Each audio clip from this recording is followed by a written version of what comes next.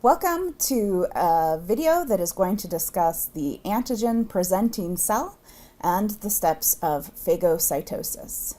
This is going to be a key idea that then we can evolve into a greater conversation about the immune system and how signaling occurs within the immune system. So let's get started.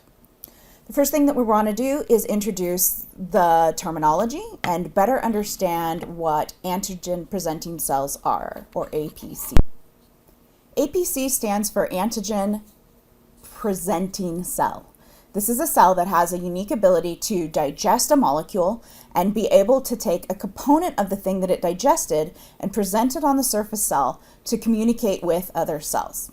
We'll get a little bit into the weeds of that coming up in just a minute. Now, there are many types of cells that are found in a body, whether it's an animal body or a human body, that are capable of presenting antigens.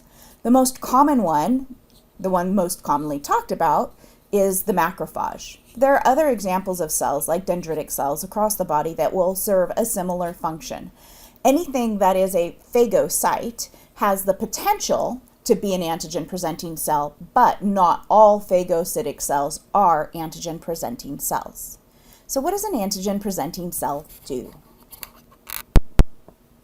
Okay, so let's consider the process of phagocytosis. We're going to draw this out in a 4-step, kind of like a cartoon strip, to understand what's happening in each step of the process of phagocytosis. So what you're going to see in box 1 is an illustration of a cell. I always put this little zigzaggedy mouth as a cheeky idea that this is a cell that's going to be eating things, even though in real life these cells don't actually have a mouth. I've drawn a nucleus and some endoplasmic reticulum to remind us that this is going to be a component of what is happening internal to the cell that is going to be helping do processes like transcription and translation, which is the method by which cells are going to make proteins. Now, this story begins with an antigen processing cell, and in this case, we're going to think of this as the macrophage, as a cell that is one of the main antigen presenting cells. Now, this macrophage is going to be circulating throughout the body looking for things that don't belong. And occasionally we are going to find things that don't belong. So we're going to throw in here in red as an indicator of danger, or pink, depending on how your eyes see color. And this is going to be my evil antigen. And so the first thing that's going to happen through the process of phagocytosis is something that's called chemotaxis. This is fancy speak for this cell reaching out, swimming towards, and getting closer to the evil red ball antigen presenting E. coli cell, or cell. So the next step that happens is that my macrophage is going to get up close and bind to and get very close to this cell with the red balls that has been determined to be dangerous. So this process is called attachment, because the key goal in attachment is to bind to this thing. Now, the inside of the cell still has its pocket of lysosome, and it still has its nucleus and its endoplasmic reticulum and all of those other types of organelles that are inside the cell. But when it gets attached to this microbe, it's going to start to put an extension out of its plasma membrane. This is wicked cool science. So what we're going to see is that the cell that is going to phagocytose is going to work on extending its arms to start to wrap around this. And it can do this until the extensions on one side meet the extensions on the other side.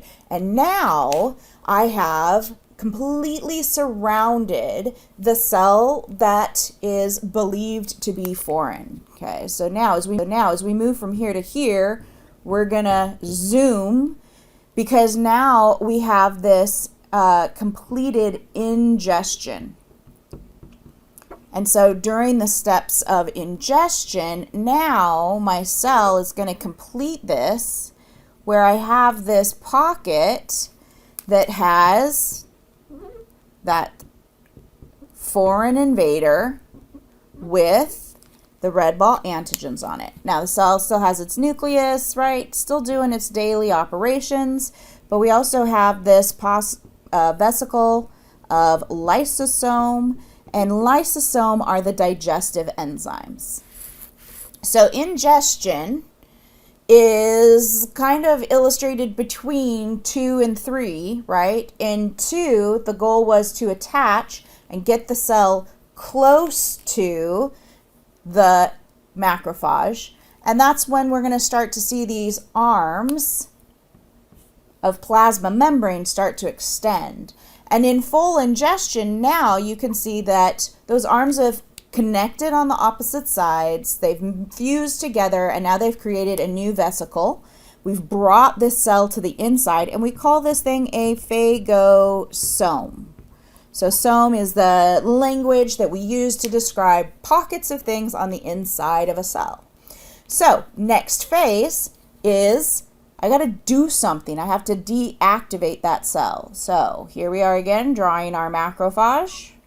There's my nucleus, some endoplasmic reticulum.